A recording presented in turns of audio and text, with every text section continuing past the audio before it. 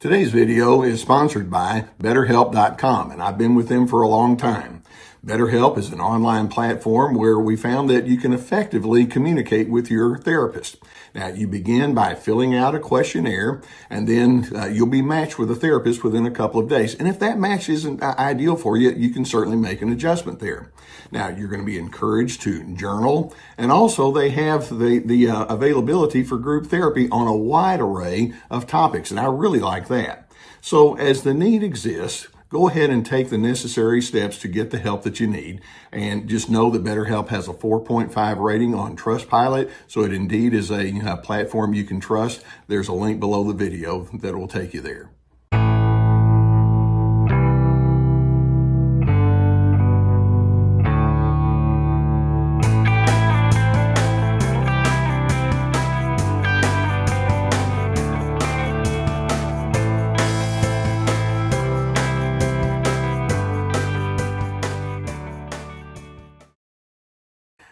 A universal yearning that each one of us can relate to is the yearning to feel free.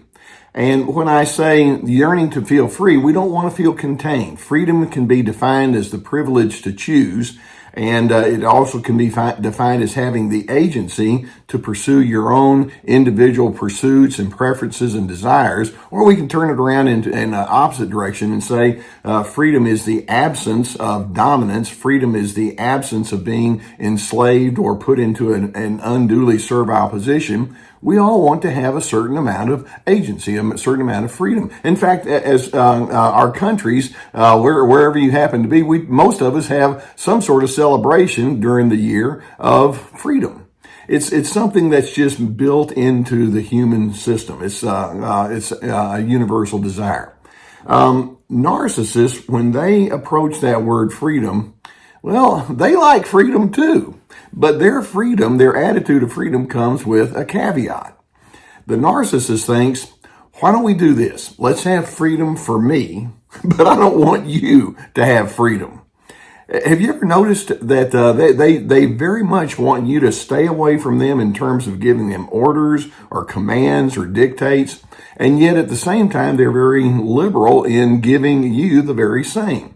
They want to override whatever you think or feel, which explains why they can micromanage, why they're so easily critical, why they have opinions that you must adhere to. This explains why they become very angry when you don't adhere to whatever their standards and requirements are.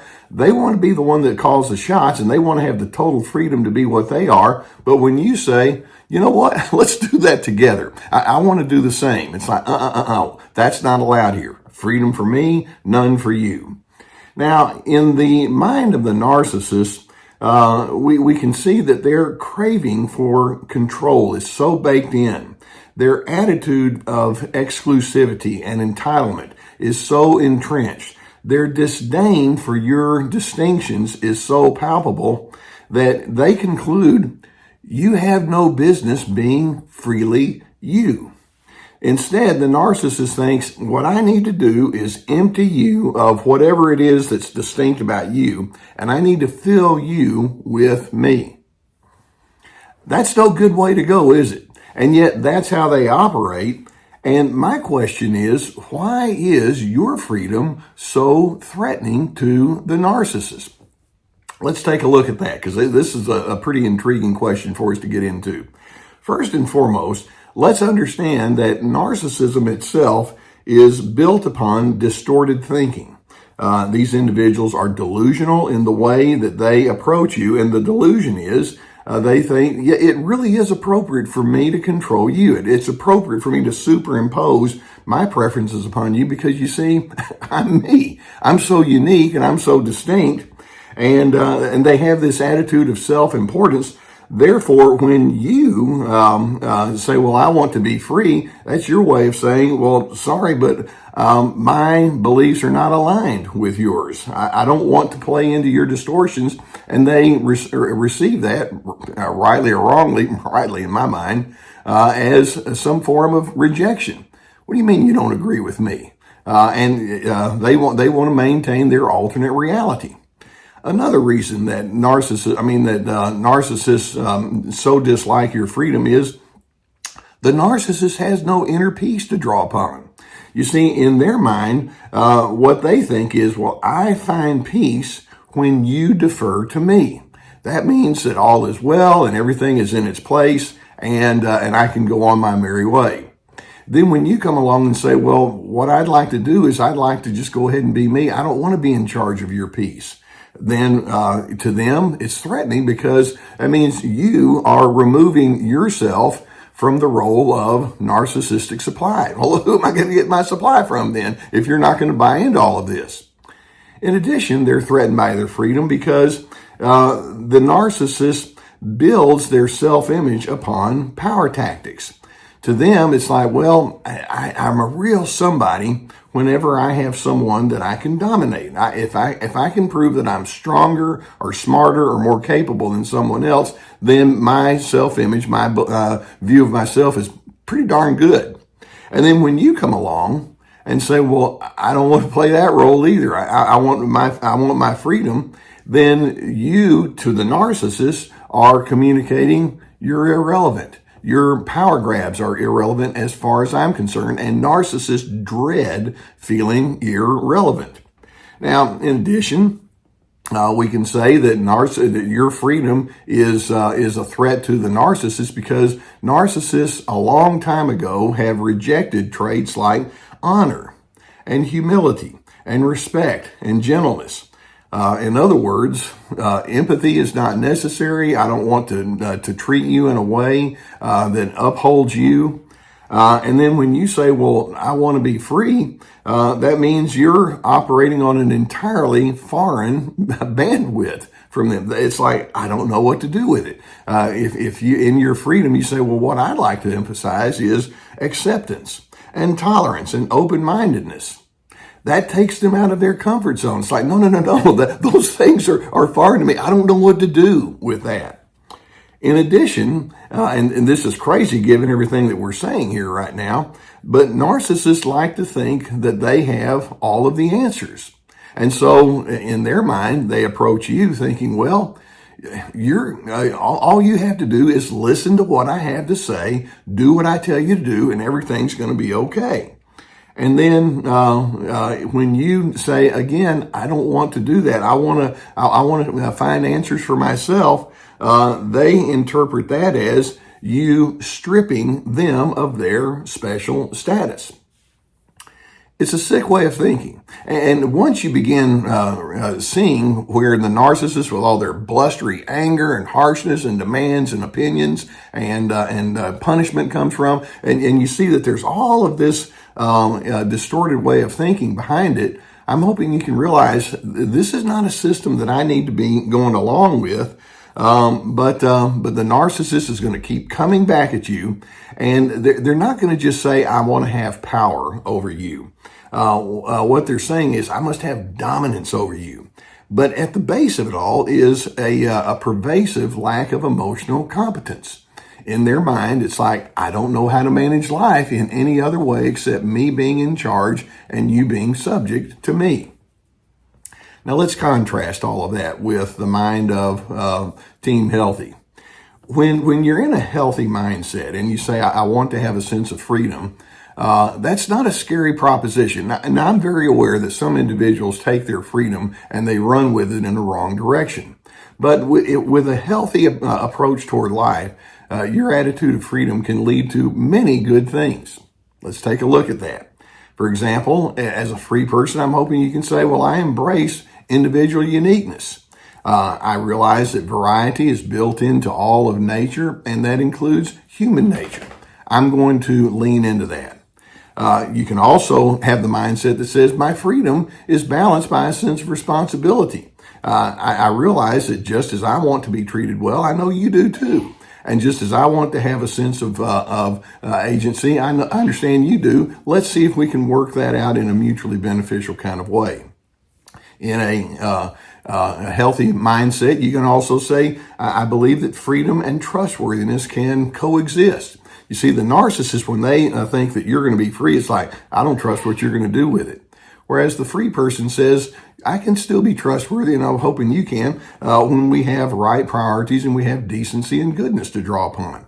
Narcissists don't have much of a clue as to what all that means.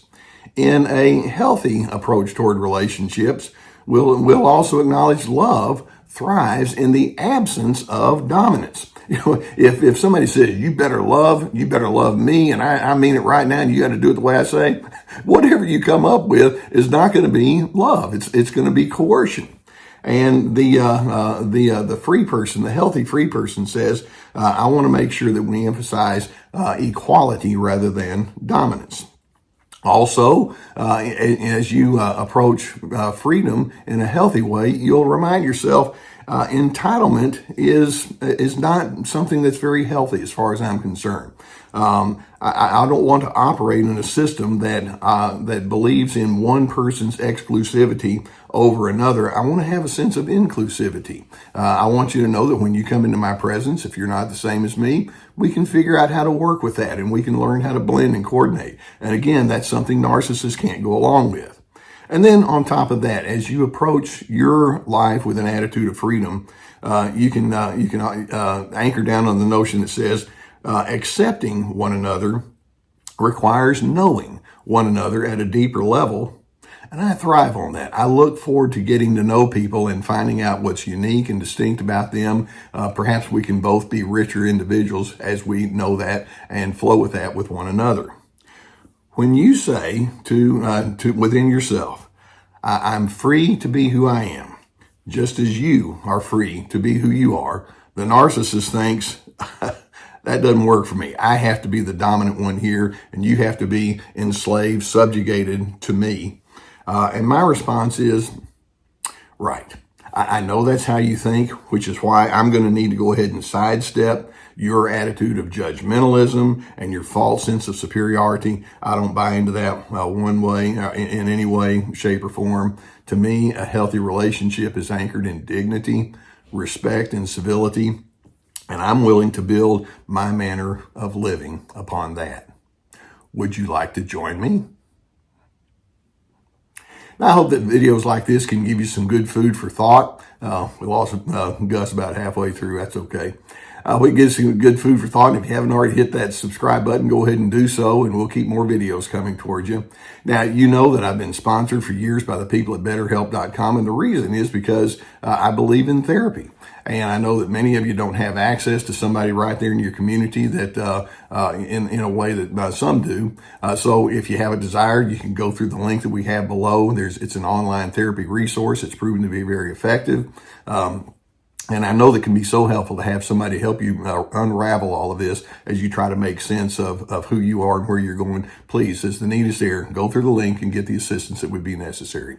Now, in addition, I invite you to go to my website. I've put a whole lot of work into that. It's a very large website. On there, we house my courses, my online courses. Each one contains at least 25 teaching videos with handouts and guided questions. We have one on anger management called Anger Games. That can be very helpful. We have This Is Me about establishing your boundaries. We have one called Free to Be. And that kind of coincides with what we're talking about here today, how to find your freedom despite the controllers in your life. And then also we have another one called Ready, Set, Connect, which again correlates to what we're talking about here, how to have healthy connection styles. So look into that as well, along with my webinars, which are 90-minute PowerPoint presentations, my articles, my books. We have lots of resources. I want you to be free. And then when I say free, the privilege to choose who you're going to be and the absence of enslavement or the absence of imposition, be what you are and trust in who you are and live your life as responsibly as you can inside the context of that freedom. And as you do, I hope that you find yourself being more and more capable of being a steady person. And in the end, it can lead you into your space of peace.